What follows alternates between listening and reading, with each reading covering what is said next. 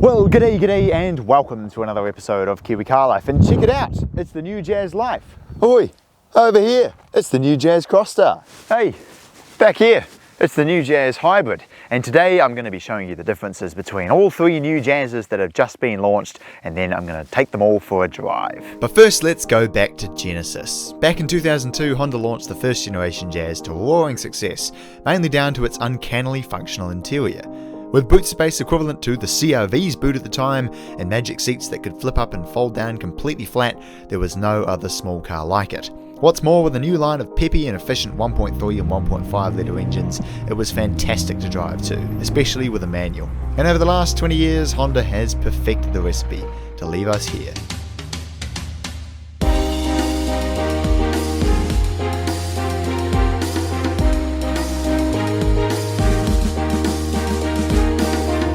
First, the new Jazz Life, and let's start here on the exterior, because if you park this next to the old third gen Jazz, they're almost not even recognisable. But it has some really nice looking all LED lights at the front, and another nice feature they've added here too is front parking sensors. One final welcome change here at the front is that they've completely redesigned the front windshield. They moved the big structural pillar back to in line with the edge of the door, and what it means is that this car has by far and away the best forward visibility of any car. And then moving around to the rear styling, the reversing camera and rear parking sensors are very much here to stay. The interior changes are vast as well. The first thing that you're greeted with when you get inside the car is this very unusual two-prong steering wheel that very much takes you back to the 1970s.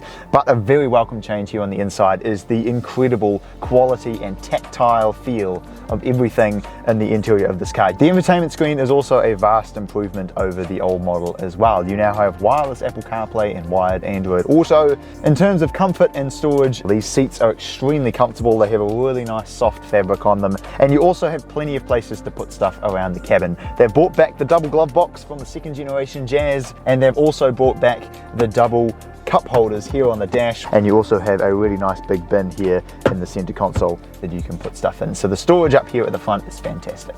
Rear seat legroom and headroom is also improved over the previous model. I have a good sort of inch or two above my head and plenty of knee room, even though this front seat here is all the way back and I'm just over 6 foot. But one really good thing that Honda should never get rid of with the Jazz is the magic seats are still very much here to stay.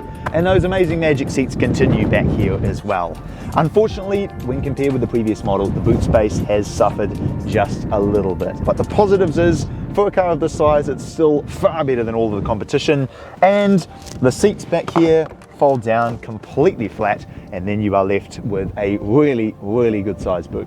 Another minor difference, at least when compared with the old third gen, is that this now has a new engine. It's still a 1.5 litre, however it's no longer an Earth Dreams engine, which means that it doesn't have direct injection, it's just normal multi-point. Now the advantage there is that it's not going to have any issues with carbon buildup that's associated with direct injection engines, but the disadvantage is that it makes quite a bit less power. The old engine made 97 kilowatt and 155 newton meters. This one makes 89 kilowatt and 145 newton meters, so it's lost 8 kilowatt and 10 newton meters over the old one. But don't be dismayed, ladies and gentlemen, because despite the in theory less powerful non-direct injection engine, the 0 to 100 times and fuel economy figures have remained pretty much unchanged. The old Jazz RS managed to do the 0 to 100 sprint in 10.3 seconds, and the new Jazz Life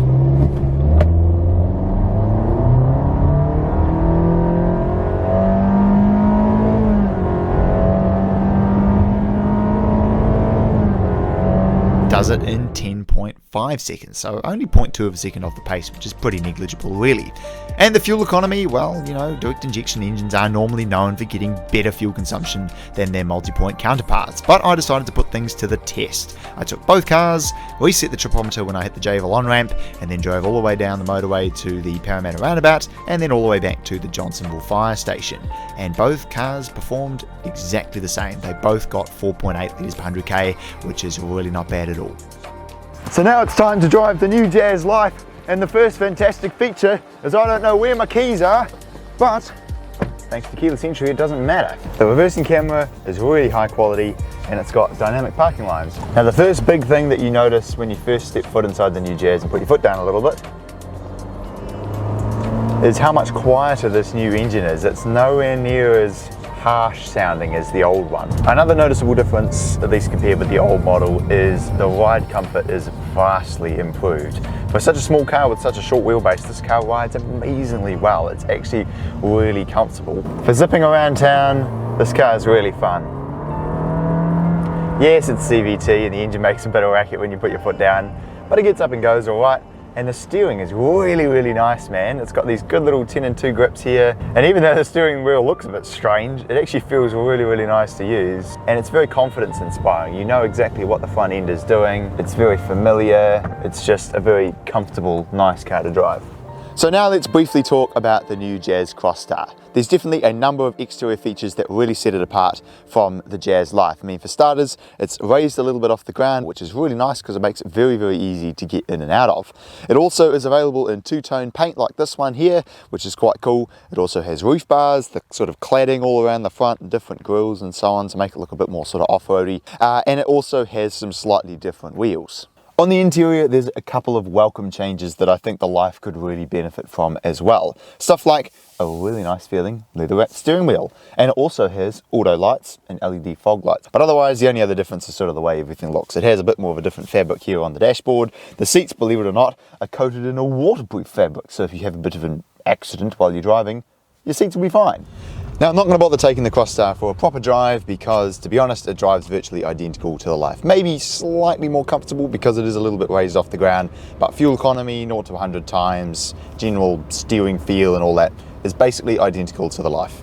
Finally, let's talk about the differences between the entry-level Jazz Life that you saw at the start and this top-spec Jazz HEV Luxe, Honda's first hybrid that they've offered here in New Zealand in over 5 years. The exterior, you'll notice, is pretty similar to the Life in a number of areas. The main difference is it has some slightly different wheels. Here at the front, it also has some fog lights, which looks quite nice, and down the sides it has a little bit more silver trim. Another major difference is here under the bonnet. The Jazz Life just had a sort of normal 1.5 paired with a CVT. This has a more sort of efficiency-tuned 1.5 paired with 2 electric motors, and combined they produce about 80 kilowatt and a whopping 253 newton meters of torque, which is a pretty hefty amount for a little 1200 kilo car like this. Now, in theory, this setup means that this Jazz HEV Luxe is capable of doing a whopping 2.8 litres per 100k to the normal Life and Crosstar's 5.8.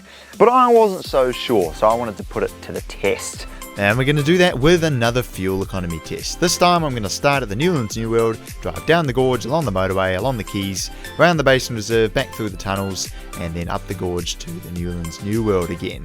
And by the time I got to the bottom of the gorge, the Life was doing really rather well, but as I started to go back up the hills again, the fuel economy sort of plummeted a little bit, and I ended up on 5.2. The HEV Luxe, on the other hand, by the time I got to the bottom of the gorge, I was on 0 litres per 100k because it managed to get all the way down using electric power only, and it made it pretty much all the way into town on mostly electric power only as well. However, once the battery ran out, things started to tumble, and by the time I got back to the top of the gorge, I was on 3.9, which is obviously better than the Life, but it's far from the claimed 2.8.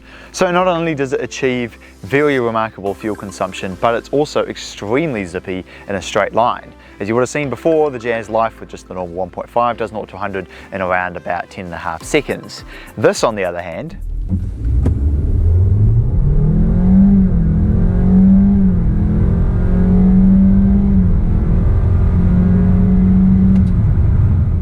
does it in a whopping 8.1, and that's verified by a legit GPS tracker thing. This thing, no kidding, is as fast as my Honda Accord was when it was completely stock. The interior differences are quite apparent as well. The first thing that you notice when you get inside the Luxe is just how much more premium everything feels, mainly just down to the use of nicer materials. The steering wheel is leather, the seats are a really nice leather, which makes this a very premium car to sit inside of. Now, the way this hybrid system works, there's effectively 3 different modes. The first one is EV mode, and effectively in this mode, the petrol engine is off and you are only using electric power. Thankfully, the petrol engine can still help to power you along, which leads us to the second mode, and that is where the petrol engine and the electric engine are working together. So I'm obviously in EV mode at the moment, but if I put my foot down, the petrol engine will kick on, and help to assist me along too. And then the final mode is the regenerative braking mode, and this is done via two methods. It's done either via regenerative braking, and then the other mode is usually when the engine's warming up. What it's able to do is idle the engine, and the engine is literally just turning over the generator to produce electricity, but the electric motors are still driving you forward. And when you put all of that together, this is one really nippy little car off the line. And you notice there it kind of does some fake shifts, even though it's actually a CVT. But let me tell you, this is a fantastic little car to drive. The ride quality is just so good. This is a really bumpy road, and yeah, it's so smooth, but it doesn't feel like a boat, and that's the main thing that I look for in a car. Now the adaptive cruise, that's what you really want to see. How it works, you set the maximum speed that you want to go. So I'm going to set it at 100. It's detected that the car in front is going a bit slower, and so as you can see, it's slowed me down to 90 to keep me at a safe distance from the car in front. But it also has lane keep assist, so now if I turn this on, I don't have to touch the steering wheel. Around most gentle curves on a motorway, you basically won't have to touch the steering wheel at all. As you can see here, it's doing it all for me. My hands are not on the steering wheel. So I don't have to touch the pedals, don't have to touch the steering wheel. I can just sit back, relax, have a chat with my passengers over here. It's absolutely fantastic.